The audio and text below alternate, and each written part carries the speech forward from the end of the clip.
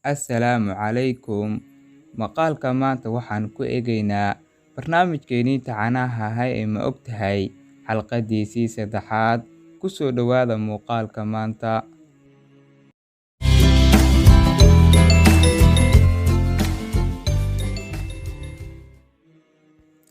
Ma ogtahay turjumaankii Quraanka saxaabigii jaliilka ahaa Ibnu Cabbaas wuxuu sheegay in Nebi Aadam iyo Nebi Nuux ay u dhaxaysay 10 qarni oo u dhiganta 1000 sano.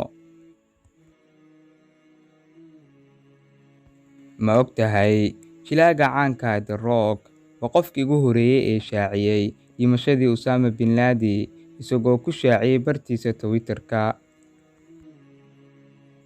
Ma ogtahay beerka waa xubinta ugu shaqada badan ee jirka, wuxuu qabtaa in ka badan 500 oo shaqo.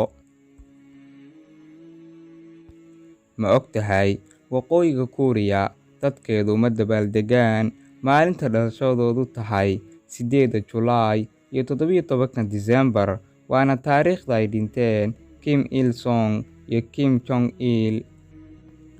Ma ogtahay qiyaastii 90 ilaa 95% taleefoonnada lagu iibiyo Jabbaan waa kuwo biyuhu aysan gelin. Ma ogtahay dareennada taban ama murugada leh waxay waxyeeli karaan oo dhaawici karaan nidaamka difaaca ee jirka.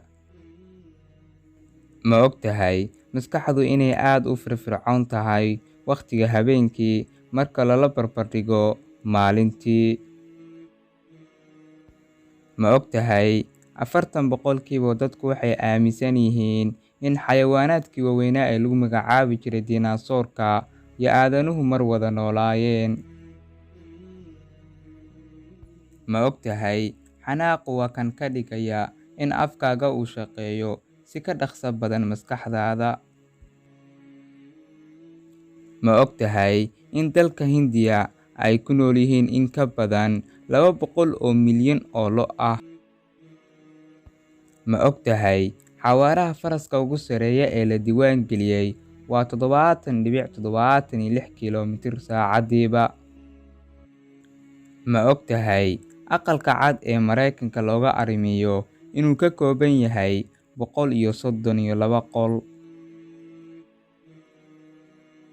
Ma ogtahay waddanka Brazil wuxuu xuduud la leeyahay dal kasta oo ku yaal Koonfur Ameerika marka laga reebo waddamada Chile iyo Ecuador.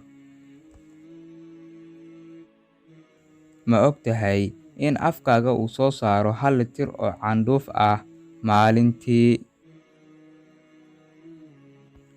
Ma ogtahay dalka Jarmalka inuu xuduud la leeyahay 9 waddan.